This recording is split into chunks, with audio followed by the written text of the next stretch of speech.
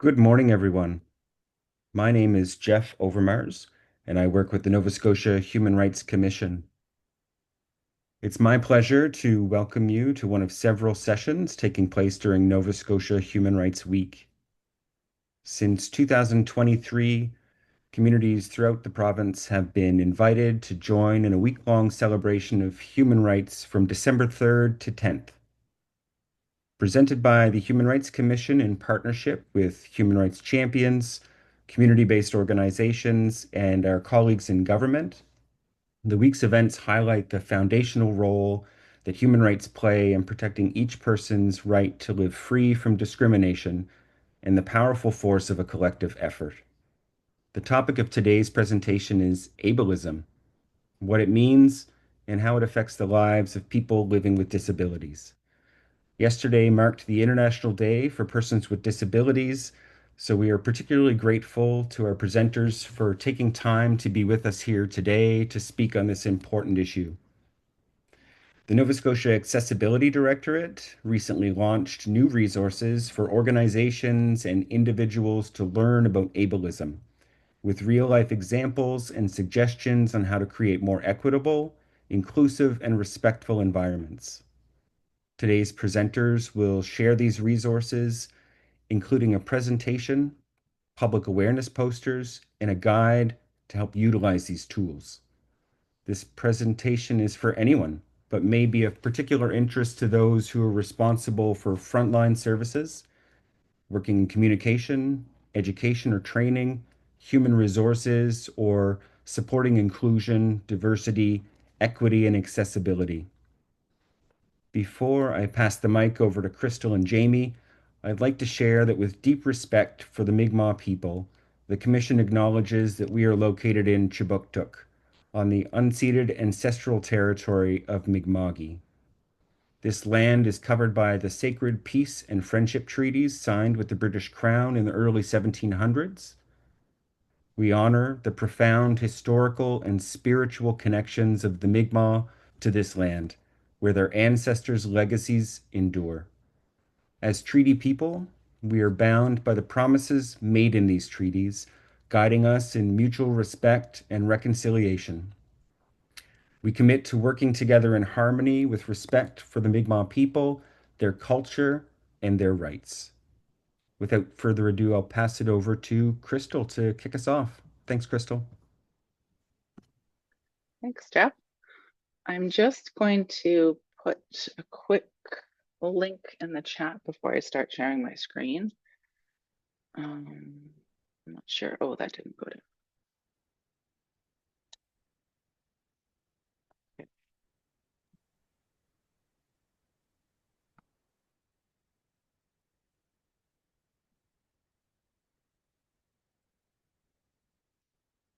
Jeff, could you just let me know that that's showing up all right? It is. Thanks, Crystal. Okay, perfect. Okay, so I put a link in the chat to where these resources are because I thought it might be useful for those online to follow along with the presentation because the presentation itself is a resource. So welcome to Understanding Ableism. As Jeff said, this session is celebrating the launch of a new set of resources. And so most of the session, we will use the actual slides from the resource that are available to the public, where you can find at the link. At the end of the session, I will show you. Yeah. Sorry. Your notes are showing. Oh, okay. Thank you. Sorry. That's all right. How's that? Perfect. Okay. Thanks, Jamie. Appreciate it. So the presentation is one of the resources, and the other resources that I will show you at the end are the posters, and I will also talk about the frequently asked questions guide, which are also publicly available at the link that I put in the chat. I will caveat the session to say that the presentation was designed to be used in smaller settings with opportunities for discussion, which we will not have the opportunity today since this is a webinar and you only have access to the chat. But today we will talk about what is ableism, why it matters, examples of how it can occur, and how we can all notice when it's happening and take action to prevent it. On the slide is an image of a group of people with visible and invisible disabilities in a park. The people include a mix of races, ages, genders, and some are using mobility devices. One person is using a service dog. So this is a quick agenda of what we will cover over the next 50 minutes or so. Jamie and I will do some introductions. We'll explain how the input of people with disabilities was used to create these resources and the language that was chosen. We'll learn about disabilities in the context of Nova Scotia, define what ableism is, some of the impacts it can have, review some real life examples of ableism when it can happen in our workplaces, schools, public spaces, and communities. So these are meant to show how certain behaviors, decisions, or policies can create experiences of ableism. We will also learn some solutions to create more equitable, inclusive, and respectful environments to prevent ableism from happening. We will talk about the other resources, as I said, and then we will end with some suggestions for more learning. So I'll start and say my name is Crystal Vomscheit. I work at the Accessibility Directorate. I was the project manager of a team that worked to develop these resources. I have an invisible disability. I have brown hair. I'm using a headset and wearing a gray sweater today. I'll turn it over to my co-presenter, Jamie, for a minute now to introduce themselves. Hello, my name is Jamie Blennan. I am the Accessibility Health Consultant at IWK Health, and I was on the team with Crystal to help develop this resource. I have CP and I'm wearing or I have short dark hair with purple glasses with a flowered sweater. Thanks, Jamie. So you will notice in the speaking notes, which are part of the resource for this presentation, that there are prompts for the presenter to share information about themselves, including a visual description. And this is a way to help include people who are blind, have low vision, or might not have access to video if you're doing this virtually. It also gives people a sense of who's speaking and helps create a more welcoming and accessible space. We will also be giving a description of the images or pictures on the slides for the same reasons. So before we get into the content, I wanted to note that this resource was co-created and reviewed by people with a range of disabilities from across Nova Scotia. In fact, there was a working group that Jamie was a part of. Both government and public sector organizations helped draft everything you'll see today. So they gave feedback and direction on the content of these resources. They include people like Jeff from the Human Rights Commission. There was also staff from the Office of Equity and Anti-Racism, Jamie from the IWK, the Halifax Regional Municipality, Workplace Mental Health in the Nova Scotia Public Service Commission, the Nova Scotia Disability Employee Network in the provincial government, Disability Support Program in the Department of Opportunities and Social Development, and regional libraries represented by the Department of Communities, Culture, Tourism, and Heritage. So the language we will use is based on terms from the Nova Scotia Accessibility Act. However, it's important to acknowledge that language is always changing and evolving, and it is most common to use first-person language, which recognizes the person first, as in a person with a disability, although some people and some communities prefer identity-first language, such as disabled person. Others prefer not to use the word disability at all and may simply identify as neurodivergent, deaf, or otherwise. So some of you may know this, but I thought it's important to review definitions. The Nova Scotia Accessibility Act defines disability as a physical, mental, intellectual, learning, or sensory impairment, including an episodic disability that, in interaction with the barrier, hinders someone's individual and effective participation in society. So, this definition is in line with a social model of disability and explains that accessibility barriers are part of the environment, not a result of a person's disability. On the slide is a graphic of a group of people from various ages and disabilities. One is holding a Nova Scotia flag.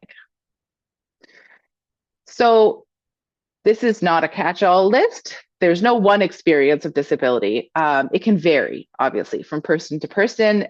These are just some examples of types of disabilities that someone may experience. So they can be physical disabilities, such as experiences of pain, limited flexibility or mobility, sensory, such as limited hearing or vision, cognitive, such as differences in learning, development, or neurodivergence, neurological, such as multiple sclerosis or a brain injury, mental health related, such as anxiety, depression, or chronic health conditions, such as diabetes or Crohn's.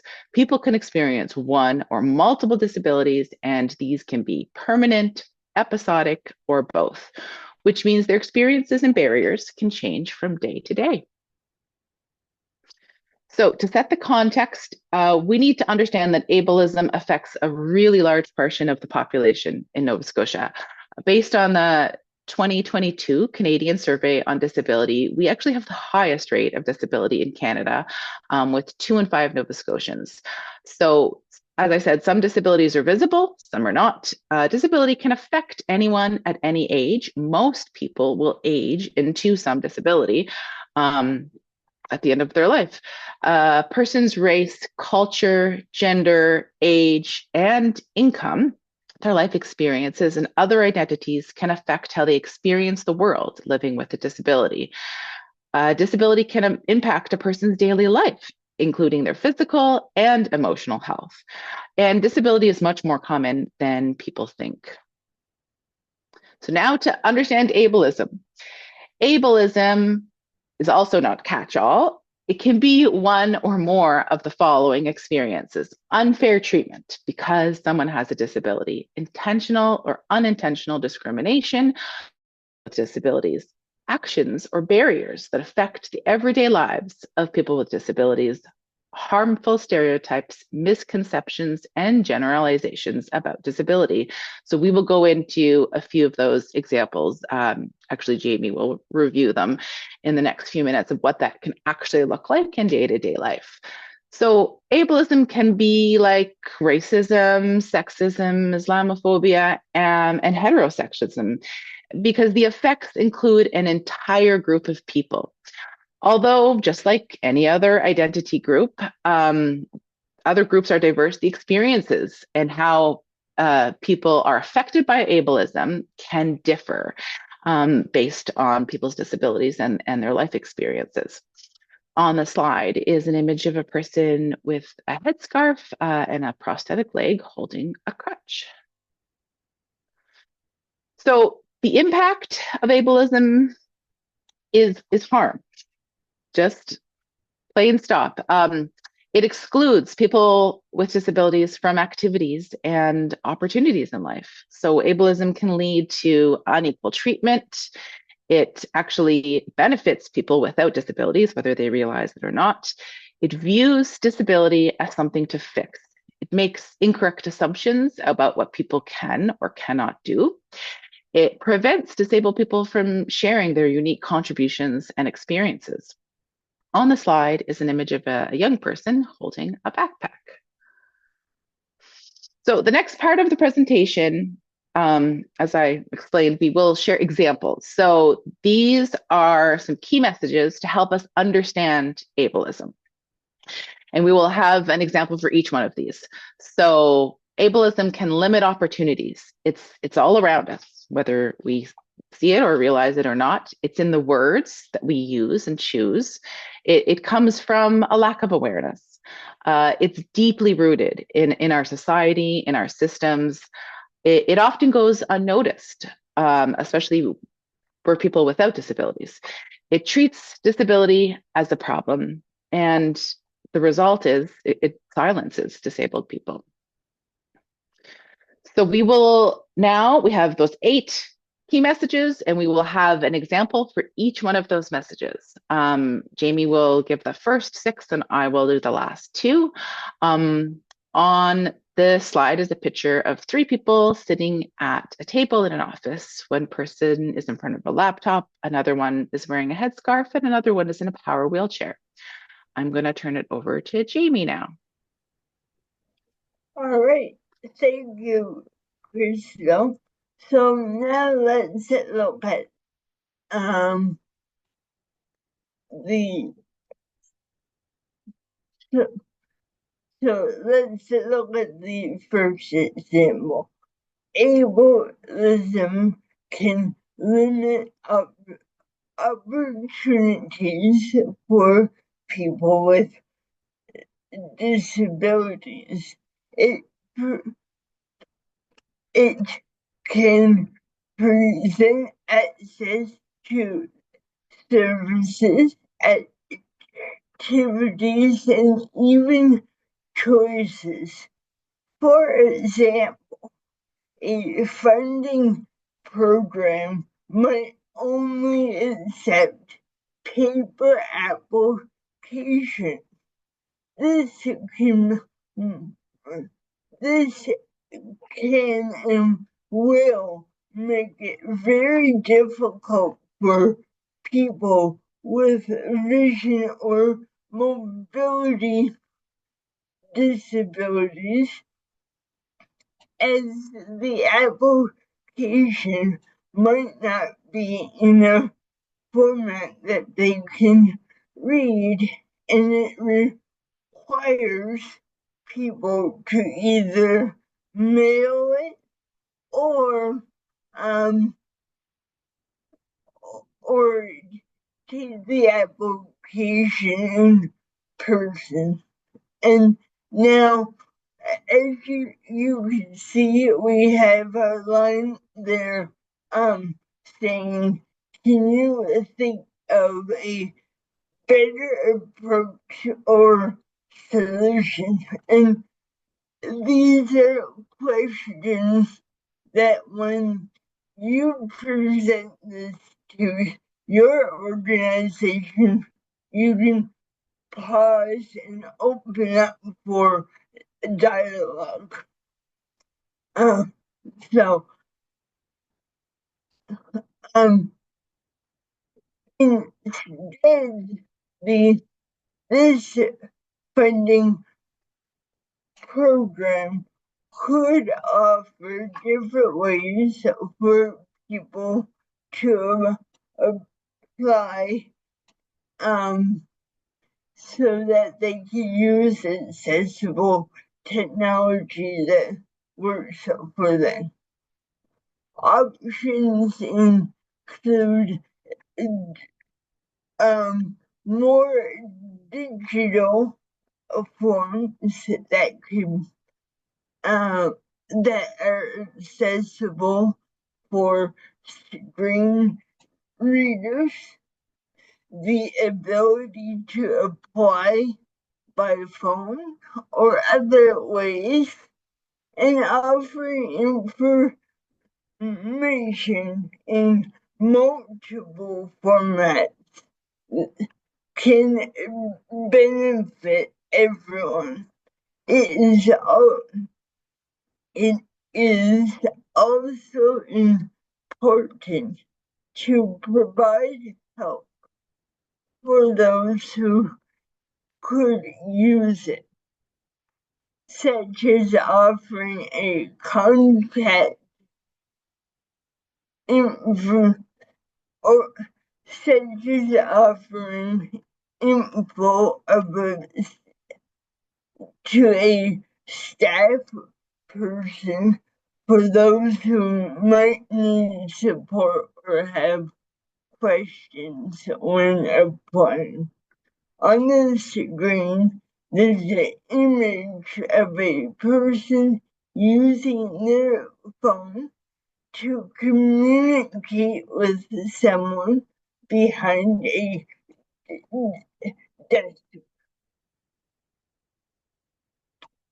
Ableism is all around us. Organizations and events can be ableist without even realizing it. For example, an art exhibit includes only self-guided audio tours. This means that deaf and hard of hearing people don't have the opportunity to get important details and cannot access the same info as everyone else. Can you think of a better approach or solution? So instead, this exhibit could share information in various formats to make sure everyone can access the content. This could include signage, digital info such as through a website or an app, or videos in sign language. Providing info in multiple formats such as accessible, printed, or digital is important. When you consider and plan for the different ways the people can access the info, everyone will have the same opportunities. The image on this slide is a group of people at an art gallery. One person is using a walker next to another person who is holding a pamphlet. And there's pictures and art on the wall. Ableism is in the words we use. Certain words or language can make people with disabilities feel unwelcomed or disrespected. For example, school staff can call the new accessible parking handicap spot. This may offend people with disabilities since the word handicap is often used to explain a disadvantage. It can assume there is something wrong with those who use this purpose.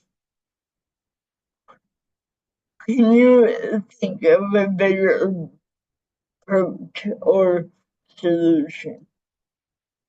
Instead, the school could educate staff on why language can be harmful, and notice the words they choose. Have posters on inclusive language within the school. They could also bring in a speaker from a disability community to share their experiences. The words we use matter. Using respectful, inclusive language shows care and prevents harm to others. It also reminds everyone that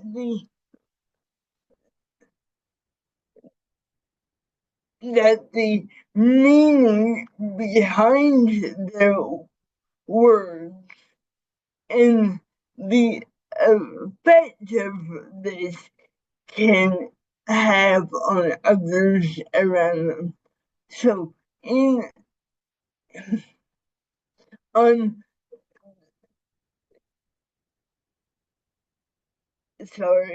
the image on this slide is a picture of a young child playing with a book at the table. A teacher is sitting beside the child, talking to them. So ableism comes from the lack of awareness. People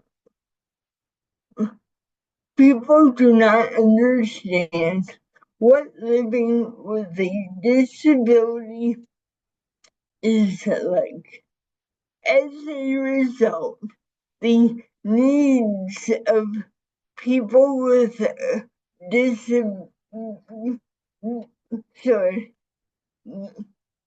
as a result, the needs of people with disabilities can be forgotten. For example, a local municipality invites the speaker to make a public presentation. There are no ramps to the stage, and the speaker who uses a wheelchair must present from the floor. This creates difficulty for both the speaker and the audience who came to the presentation. Can you think of a better approach or solution? So they could plan for and ask about the accessibility needs of both the speaker and audience in advance. They could also share info from speakers in various ways, such as closed captions or sign language or even images with descriptive audio. Accessibility needs to be accessibility should be a part of every event plan to make sure everyone is treated fairly and feels welcome. This may mean finding out and offering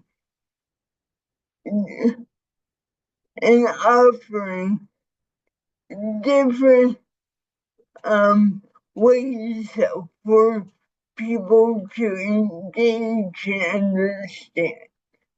Event organizers may not realize that their actions can be ableist because they do not consider or understand the experiences of people with disabilities.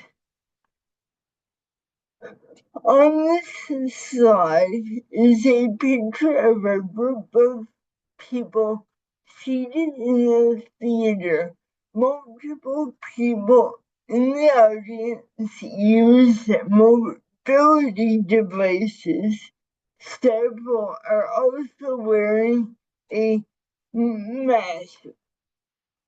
In the front is an individual who is providing sign language interpretation.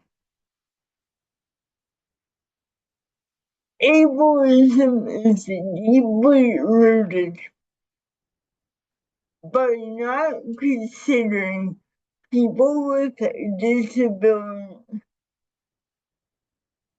or not considering people with disabilities is a part of our history. We can find it throughout society, affecting our thoughts and the ways we do things. For example, a recreation club is planning a public or planning public feedback sessions on a new trail.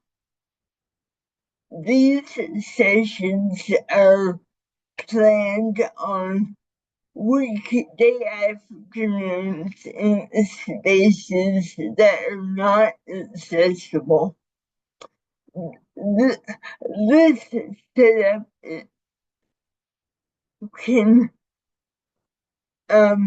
be difficult for some people to attend and share their ideas. Can you think of a better approach? Instead, the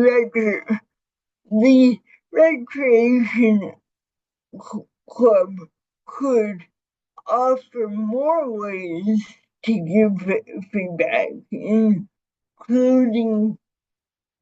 online sessions, focus groups, or surveys. Holding in-person sessions in accessible locations at various times of the day and week. This should include info on accessible transportation options.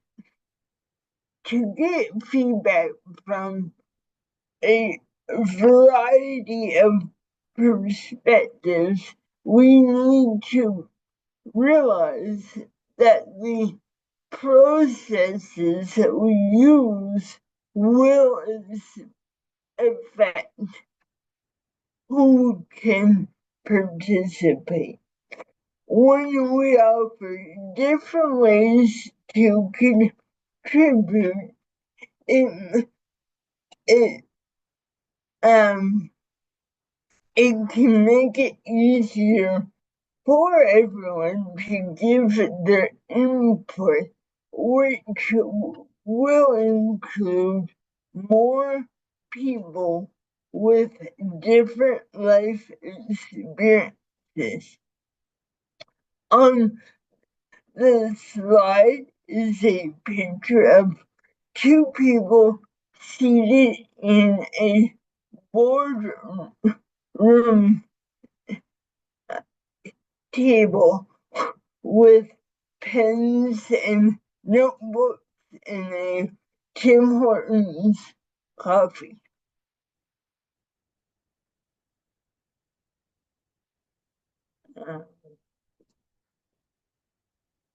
Ableism often goes unnoticed.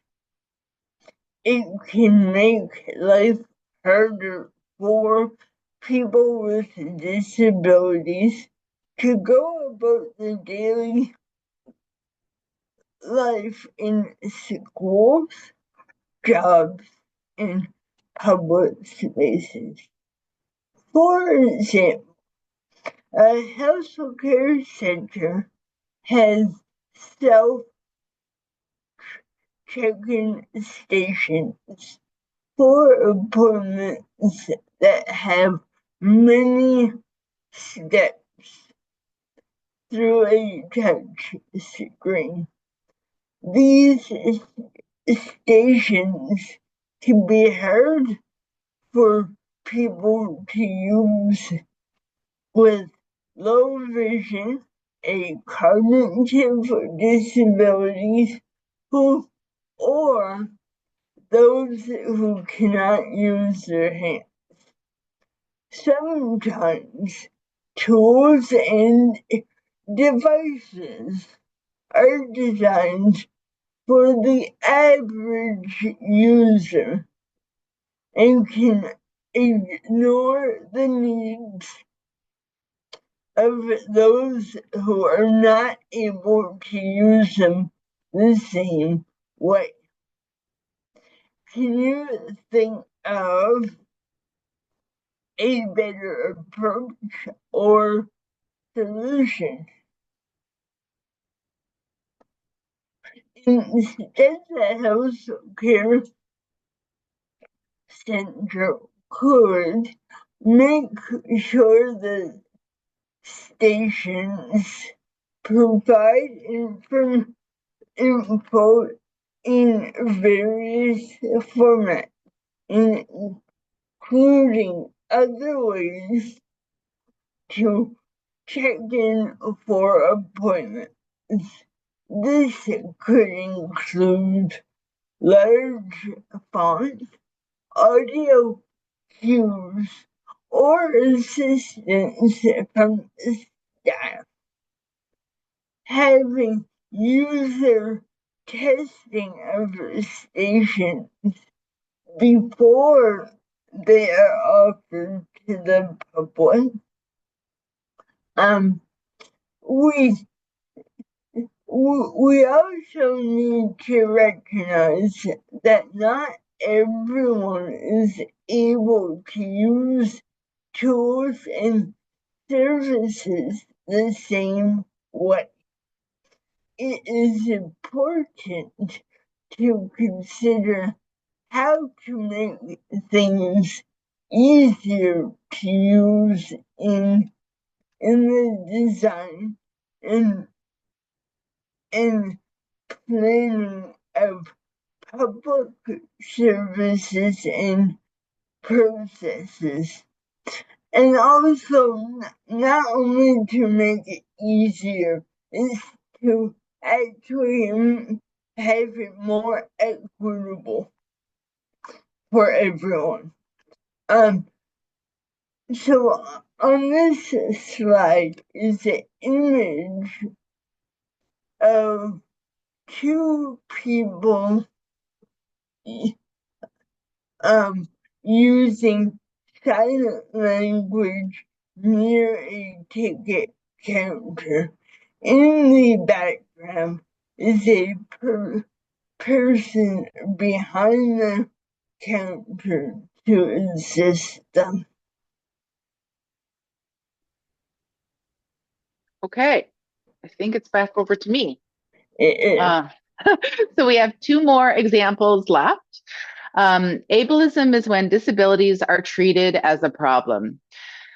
So News, social media, movies, and jokes can portray disabilities in a negative way. I'm sure everyone has seen this, and there's examples of it everywhere. But for an example, a film festival promotes a movie where the main character who has a mental illness is portrayed as the villain and very one dimensional. This story can be harmful and it can reinforce negative or untrue stereotypes about mental health that do not reflect the lived experiences of people with those conditions. Can you think of a better approach or solution? So, the film festival could encourage and promote the real life stories of people with disabilities through their film choices. They could involve people with disabilities in the decision making of what films are chosen. This could include involving them in screening films, mentoring them, and through creative programs. Ableism shapes what we think of as normal or valued and treats disabilities as something to fix rather than a normal part of human diversity. When people with disabilities are involved, it will change the stories and the ideas that are being shared. Disabilities will be portrayed beyond stereotypes, and disabled experiences will be accepted as a natural part of human variation. On the slide is a group of people in a small theater with red seats. One person's using a power wheelchair, an older person is using a headphone, and a young person is using assistive technology. Ableism silences disabled people. This happens when people assume that someone with a disability cannot communicate or always needs help. In a staff meeting, a person with a speech disability starts to answer a question that is posed to the group. Their coworker interrupts and tries to finish their sentence, thinking that they're being helpful. As a result, the disabled staff member does not have a chance to express themselves and are left out of the discussion. I think this happens a lot, especially when people do not choose to directly address someone with a disability. Instead, the office could ensure that everyone is given the time and space to communicate for themselves in staff meetings through proper facilitation, and remind all staff and not assume that others always need help unless they ask for it. Giving people with disabilities the opportunity to speak for themselves, to contribute equally to conversation, shows respect and supports their independence. Ableist actions can stop us from valuing and learning from people with disabilities and their perspectives. On the slide is a picture of an individual communicating through sign language. So this time is built into the presentation resource to have a conversation with your audience about their own experiences or observations of ableism at work, in their communities, or in public spaces. I know we have the chat open, so if people are comfortable, feel free to give your experiences if you have seen or experienced any in your individual lives, and list them in the chat. On the picture is a person who is standing and showing another person how to use an assistive device in a library. All the examples that were reviewed here today show how ableism can be part of our thoughts, language, and even built into the environments that we work and live in. We also reviewed some examples and suggestions on how to prevent ableism. Obviously, those are just a few of them. As we've discussed, ableism comes from a lack of understanding and action. Everyone can learn about disabilities and ask what people need. Everyone can respond with respect when ableism happens, because it will. Be open to feedback and change, and work to make our communities, spaces, and our communities and spaces more accessible for all. On the slide is an image of a person wearing a ribbon skirt, smiling and waving. So this is another slide in the resource where there's a time for discussion, and it's a time to reflect on the content and think about your daily work, personal life, and share something that you think you could do differently or change after having a bit of a better understanding about ableism. If you feel comfortable and you want to put that in the chat right now, please feel free to do that. On the slide is a group of people with visible and invisible disabilities in a park. The people include a mix of genders, races, ages, and some are using mobility devices. One person is using a service dog. So this last bit, I'm just going to talk about the resources. The presentation that you just experienced was one of them. So all the materials that we've created are available in French, English, and American Sign Language. This presentation also comes with speaking notes, so that's another resource that you'll see on the website. And there's 3 posters. I'm just going to review each one of them after this. And a frequently asked questions guide that talks about who should use the resources, how and when to use them, and links to some of the organizations that help develop them. As Jeff mentioned in the beginning, literally anybody, we're encouraging to use these resources, but particularly if you work in frontline services, in communications, education or training, in human resources, or are working to support inclusion, diversity, equity, and accessibility in your organization. The posters, we suggest they can be distributed electronically within your organization, used in internal communications such as newsletters, intranet sites, employee resource groups, or printed. They're designed on letter-sized paper to be posted throughout your offices, lobbies, waiting rooms, staff rooms, or community and other public spaces. You can use the presentation slides at a staff meeting, employee resource group, conference, public event, or even share with staff as a resource to review on their own. So some suggestions that we have on when to use them would be now during Human Rights Week. That always happens in December. Accessibility Awareness Week, which is the last week of May every year. Or other workplace health and safety awareness days that your organization recognizes. Also, I would recommend, because I think we have a number of individuals on the call that are from some of our prescribed organizations in the Accessibility Act. So this could be used if you're highlighting some of the work from your own accessibility plan as an education resource. So here are the posters.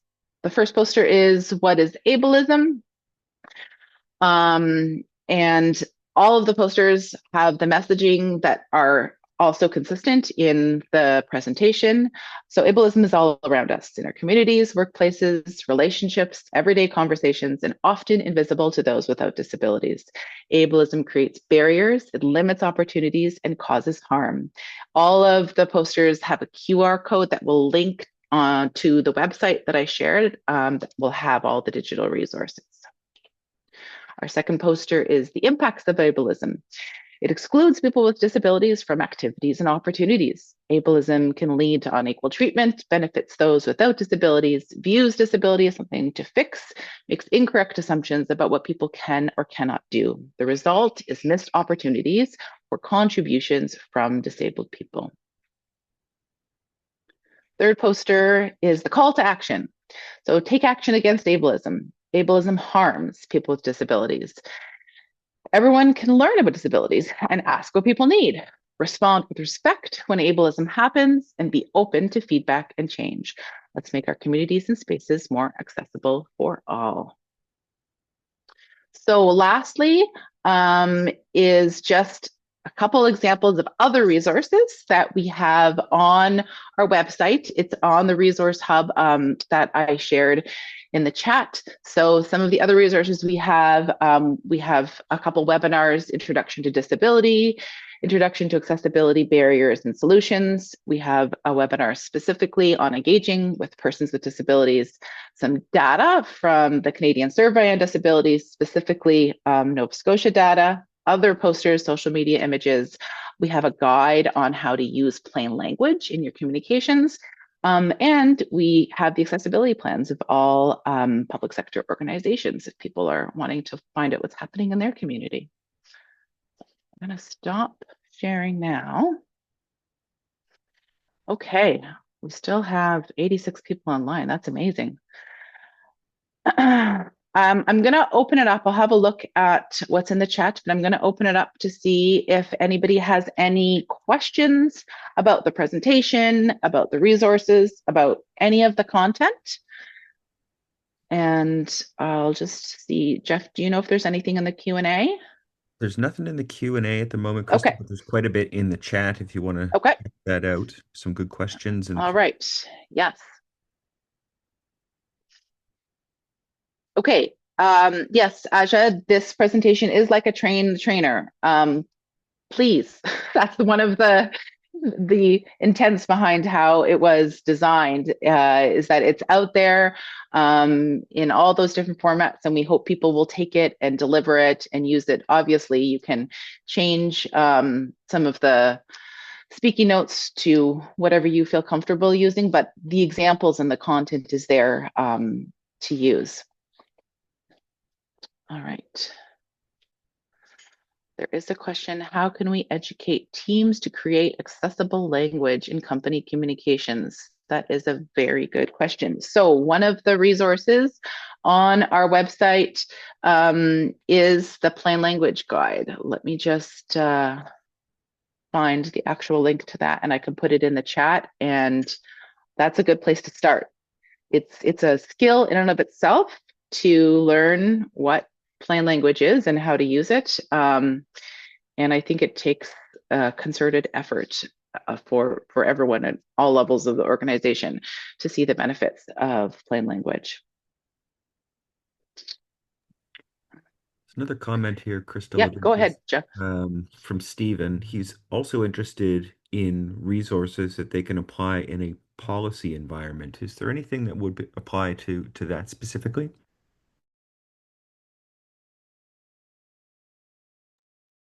Um, like a accessibility lens tool, I'm assuming, or some sort of policy tool. So there is I know because my coworkers are leading it. We are creating a tool for policy analysts to be able to use an accessibility lens in their work and decision making. Currently, there is one that exists right now called the Equity Impact Tool from the Office of Equity and Anti-Racism, which I think we can find, Jeff, and probably put in the chat. Yeah. That was also developed for intersectional analysis of policy work, but it doesn't specifically have a disability accessibility lens, and that's why we are creating one ourselves, which will be out publicly within the next year.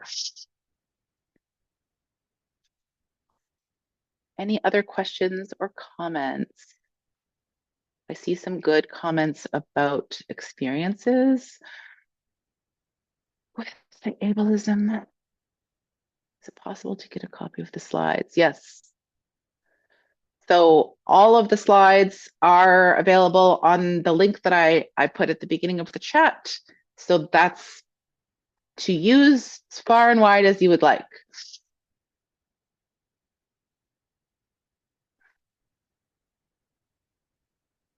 JV, do you have any other comments or questions that you want to address? No, I think this resource covers everything. The only comment I would have is this tool is hopefully going to spark some conversations within your organization. And these conversations are hard. And you know what? That's okay. That's where we have to start with. Start talking. Start sitting in those uncomfortable spaces and learning and then finding a way forward.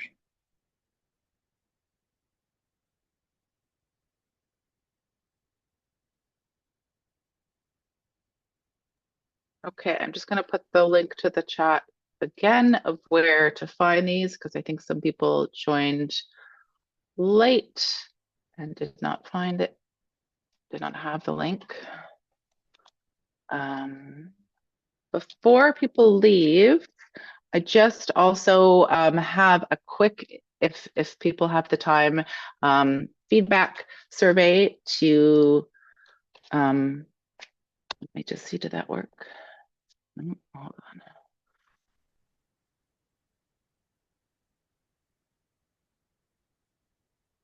Just going to put the link in the chat if people have the time to answer a couple of quick questions. There we go. That should work. About your experiences, what you think about these resources, if you'll use them. And please, yeah, follow up. Oh, thanks, Jeff, for putting the link to the OEA guide. And I think we're almost out of time. Yeah, So, yeah. yeah, if no final comments, I just wanted to thank you both again. It was really serendipitous that these materials were ready to be shared publicly for Human Rights Week this year. It was a great process working to develop them, and I'm excited to see them out in the world, as it were. And to your point about uncomfortable conversations, Jamie, it's like getting a new pair of shoes. You know, everything's uncomfortable at first. The more you wear them, the more you talk about them, the more you kind of share them, and you know, it becomes more and more comfortable. And so I think the idea of Human Rights Week is to really showcase how many people across the province are doing this work. And I think the attendance for this session illustrates just how many folks are invested in fostering greater inclusion across the province. And these are tools that they can use to advance that work. So it's really exciting. And the power of a collective effort is what will um, make these conversations more comfortable. So, again, just thank you so much to everybody that's attended, both Crystal and Jamie, for being part of the group that brought these materials into the world and for sharing them. I want to invite folks to check out the remaining events taking place during Human Rights Week. There are several on the topics related to accessibility and inclusion, but then there's a broad swath of topics across all communities in Nova Scotia. So you can find those at humanrights.novascotia.ca. All of the sessions will be recorded and the video recordings will be posted to the Commission's website within a day or so. So keep an eye out for those as well. Um, any last parting words, Crystal, Jamie? Uh, Jeff, I just noticed there's two questions in the Q&A. I don't know if you want to stay on to Yeah, there's answer no. them. What are the questions, Crystal? Oh, there is not in the chat, it's in the Q&A. So there was a question, how do workplaces deal with workplace accommodation for people who are not conscious of ableism? What are tips for workers? And to not create extra work for those dealing with accommodations and employers' failure to accommodate. That was Oh, one that's question. that's a wonderful plug for a session that begins at 1 o'clock this afternoon. If you're able to register and attend, it's specifically focused. It's a 90-minute session that will be delving into the topic of accommodations at work. And so if you're not able to sign up and attend that this afternoon, just watch for the recording again, which will be posted, and that will give most likely the most thorough response to that particular question. And maybe, Jeff, we can share the link, if you have not, to all of the sessions for Human Rights Week, just in case people didn't see, because there's a number Yep. I have registered, And what's that most of next? them. What's the final question there, Chris? Do you have any suggestions what we can do when someone's access needs make it harder for someone else, but both needs are valid? So, I mean, my response to that is just start the conversation because I think most people don't know what others need, and some of the solutions can actually be simpler than people realize. And often it's just out of fear and misunderstanding, I think, that other people's needs are not met. Thanks, Crystal. And Yeah. thanks again, everyone. We're just at time. I did drop the link in the chat if folks can click through to that and find the additional other events that are taking place as part of the week. Thanks so much again, everybody. This has been wonderful, really informative. I hope that people will use these tools. And thank you again. Thanks. Have a great day, everyone.